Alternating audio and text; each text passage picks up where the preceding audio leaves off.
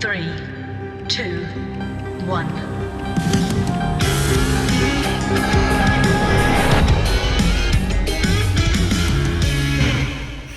This morning, I want to start out with a couple of questions for all of us, not just you, but for myself as well. What does living a life of curiosity day to day look like? And it doesn't matter whether things are going smoothly or we're confronted with any sort of challenges. That doesn't matter. What matters is, how are we stepping into it? What does living a life of curiosity do for us every day? And the second question is, how do we discern between our personal agenda and that of spirit? Let me repeat that one. How do we discern between our personal agenda and that of spirit? I'll explain that question a little more later if you don't quite understand. But first, I want to talk about the Centers of Spiritual Living, where I was ordained, has a global vision. And in this global vision, there's this sentence that I want to read to you. And it says, "We see a world in which every person lives in alignment with their highest spiritual principle, emphasizing unity with God and connection with each other. A world in which individually and collectively we are called to a higher state of consciousness and action." We see a world in which every person lives in alignment with their highest spiritual principle. So in this world, where do we see this world from, though? That's what I'm wondering from this sentence. Where do we see that world from? How do we align with it that it was talking about? How do we align with that idea, that spiritual presence? Well, it all depends on where we're looking from, or maybe where we're looking through. So is it from the five senses? Are we seeing the world? Are we experiencing the world through only the five senses? Sight, sound, taste, smell, touch, through our eyes, and our ears, our mouth, our skin? Or is it just the brain? Are we experiencing the world from the brain? The brain, where the seat of intellect is, language, cognition, creativity comes from, logic and knowledge, of course, sits in the brain. All those electrochemical workings of the something like 86 billion neurons that are firing, those synapses firing in our brain, the place where we recognize, where we give meaning to ideas, where we create narratives, those all happen in the brain. And I would say that most of us have that brain, that head thing down. Some people call it the head thing. We say things, we think things like, I think, I reckon, I understand, I declare this or that in my life, I reveal this or that in my life. Intellectual decisions are made and announcements are given through the brain. Or maybe we see life, we experience of life from our heart. Maybe it's our heart. Maybe it's not our brain. Maybe the answers are in our heart. Now, the heart, interestingly enough, whoops, I bumped the table. The heart, interestingly enough, is the first organ in the body to develop.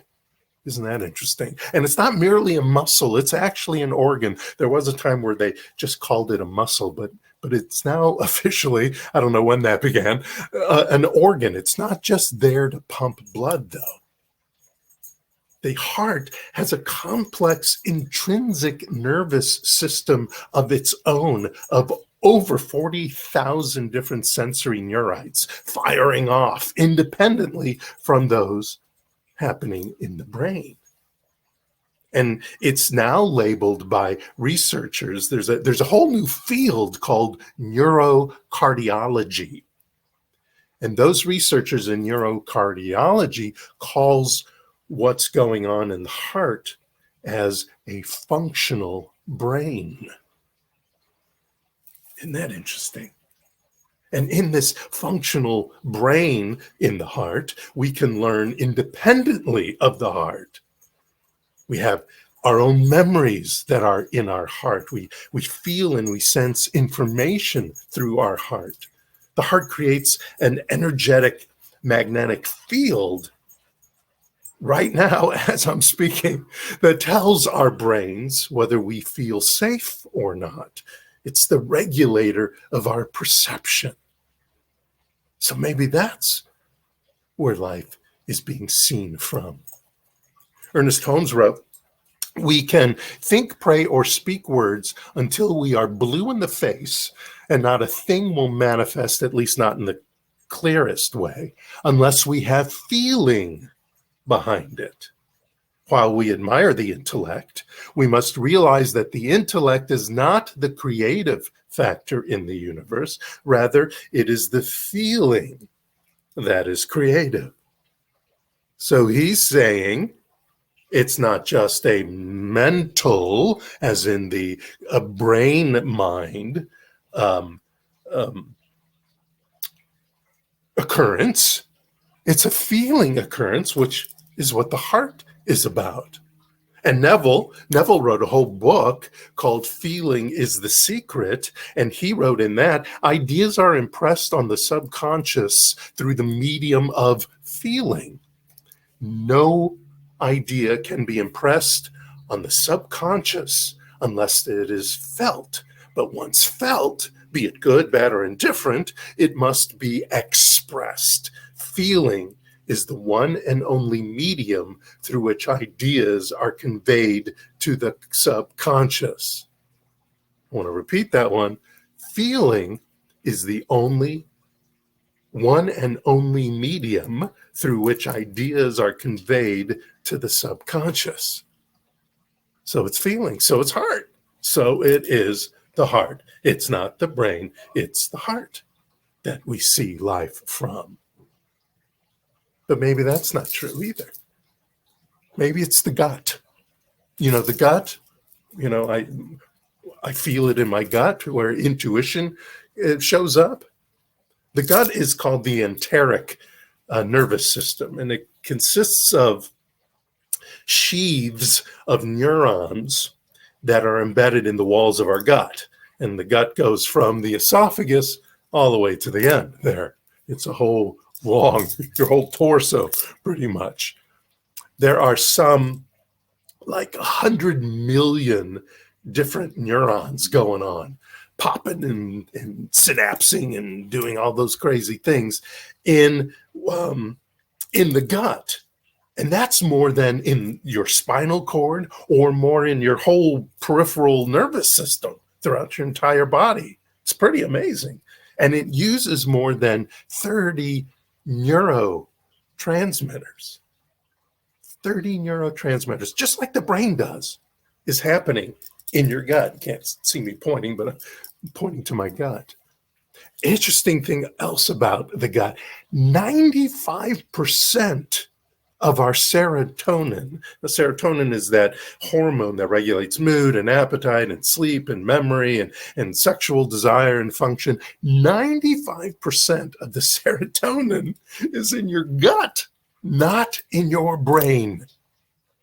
Fascinating. And there's this thing called the vagus nerve. The vagus nerve carries information from the gut to the brain. It goes all the way up your torso to your brain. But the interesting thing about that is that the information only goes one way, from the gut to the brain. So the gut is informing our logic center, our knowledge center, our intellect, what's going on. But as smart as it might sound, the enteric nervous system, our gut, can't really balance our checkbook or compose a symphony. It mostly just controls digestion. But the gut also controls self-preservation, interestingly enough, responding to challenges, opposition, danger, and helping us determine our core sense of self through its reactions to our thoughts, right? It takes guts. My gut tells me. I feel it in my gut. All those things we say because that's what's happening. It's not just a metaphor. And some of us have this gut stuff, intuition thing going on strong. So is it the brain, the heart, the gut?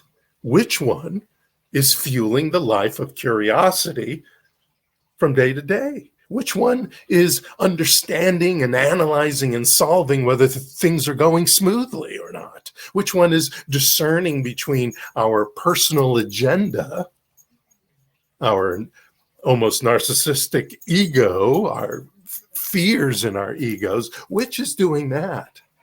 Which is discerning that personal agenda, that ego agenda, versus that of spirit, the information from spirit?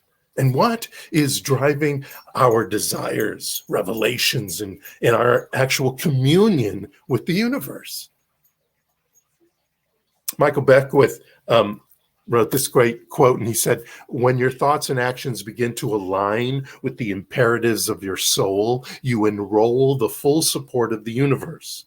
Unimagined possibilities begin to open up as you synchronize with the divine. Synchronize with the divine. How do we synchronize to the divine? Is it my senses? Is it my brain? Is it my heart? Is it my gut?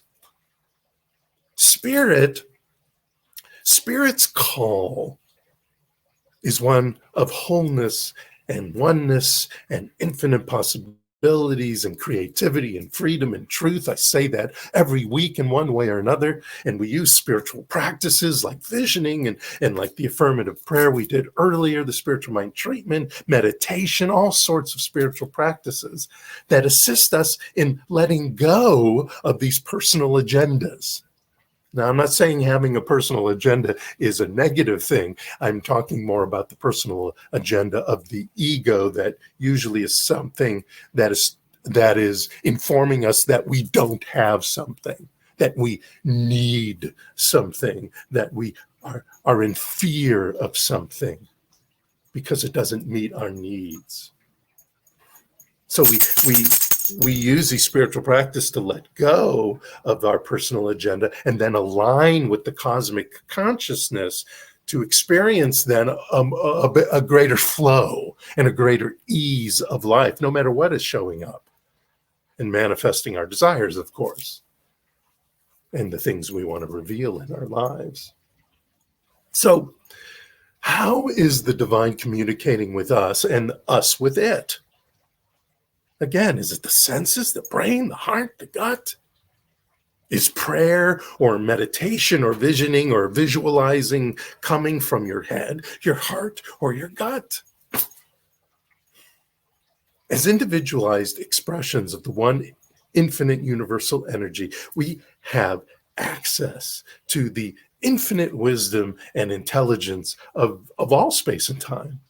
It's pure love. It's unconditional love, and it flows through us, as us, for us, and with us as individualized expressions. We are individualized expressions of this energy, but it shows up to the degree that we set our previous ideas aside and tune into its frequency, and then thus awaken to the impress of its intelligence and its love of universal spirit. But that happens, of course, to the degree that we become conscious of it, that we step into, tune in to that frequency. But then again, the question comes up, is consciousness in your brain, your heart, or your gut? Is it in our logic and knowledge, our feelings, or is it in the power of intuition that usually shows up through our gut? This is called what's going on in our brain is called the cephalic region. Our heart, of course, is the cardiac region, and our gut, like I said before, is the enteric system. So do we think, therefore I am?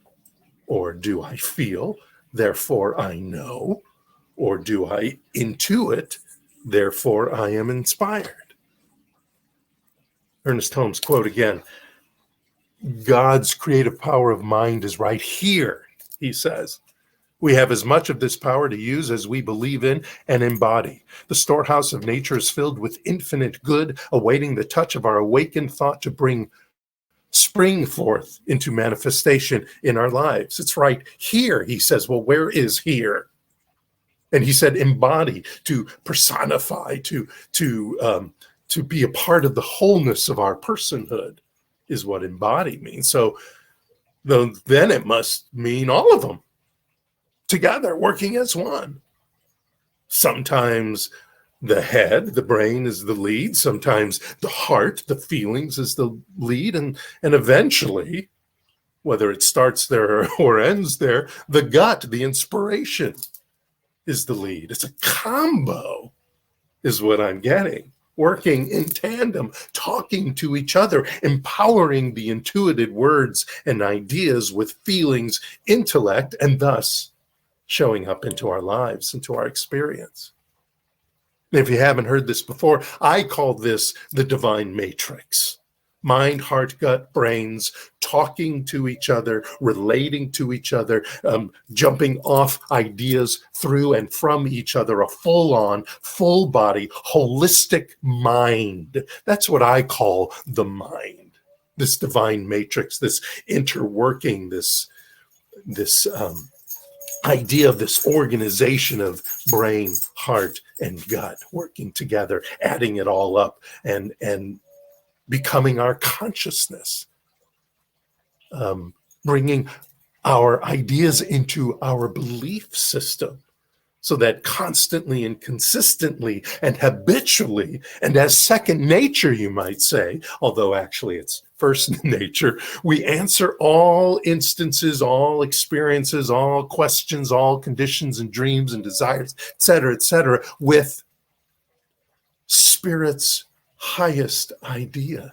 We reveal, when we work them all together as one divine matrix, we reveal Spirit's highest idea. But what is, again, Spirit's highest idea of itself as my life? And that is the question that we ask every time a decision is to be made.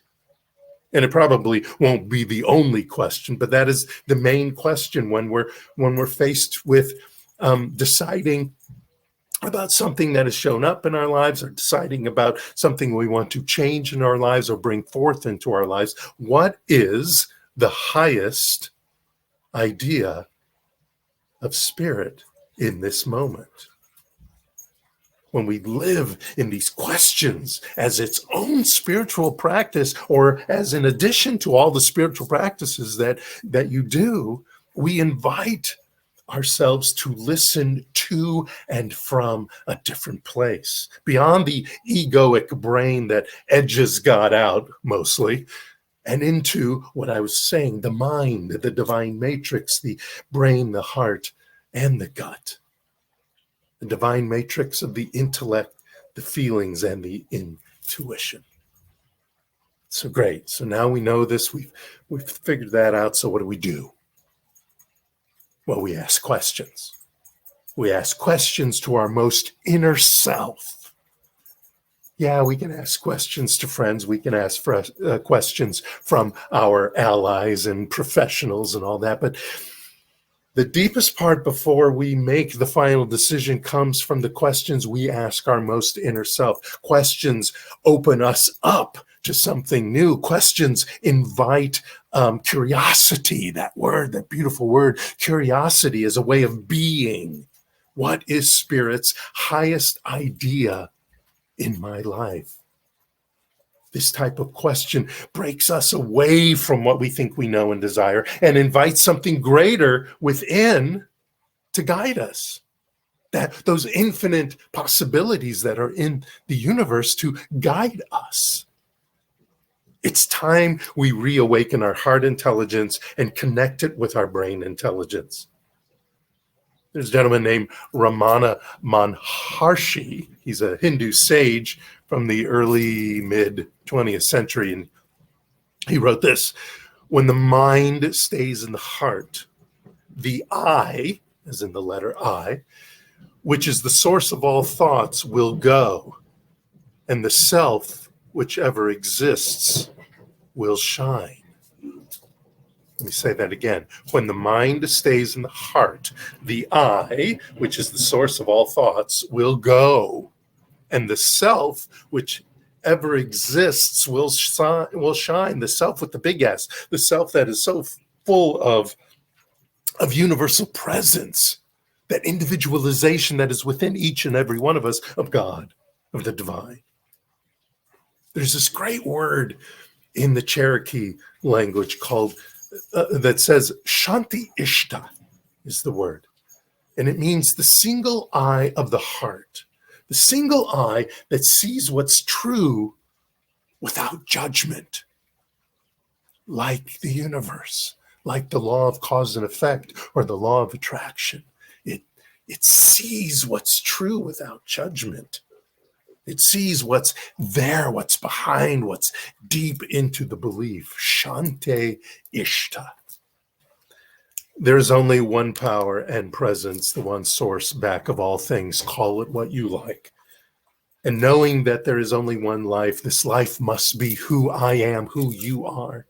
Therefore, each of us has the ability to allow the infinite wisdom to express through us by living in the question, what is Spirit's highest vision of itself as me in this moment, in this question, in this situation? Living from a space of curiosity, a place of curiosity, and remaining open and willing to reveal Spirit's highest vision of itself in our lives as us, expressing through our divine matrix of head, heart, and gut, allows us to live as act from a place of divine guidance. And from divine guidance, we can create heaven on earth. Because that's where it is. It's not somewhere out there. It's not somewhere we go. It's somewhere it's something we experience. Robert Browning wrote in Paracelsus, truth is within ourselves. It takes no rise from outward things, whatever you may believe. There is an inmost center in us all where truth abides in fullness. Now, from outside things, he's not talking about the universe. He's talking about all this 3D stuff. It's inside. So what does living a life of curiosity day to day look like, whether things are going smoothly or you're confronted with challenges? And again, the second sentence, how do you discern between your personal agenda and that of Spirit? You entertain God only, using your intellect, feeling the moment, and listening for the intuition, the head, the heart, the gut together, the divine matrix. Learning through curiosity, remaining open to experiencing a shift of perspective, a new awareness, a heightened experience of life through the full body, the holistic use of the divine matrix. That is where the answers to the questions are. That's what you are looking from. Are you willing? I am. Join me. Thank you so much. Namaste.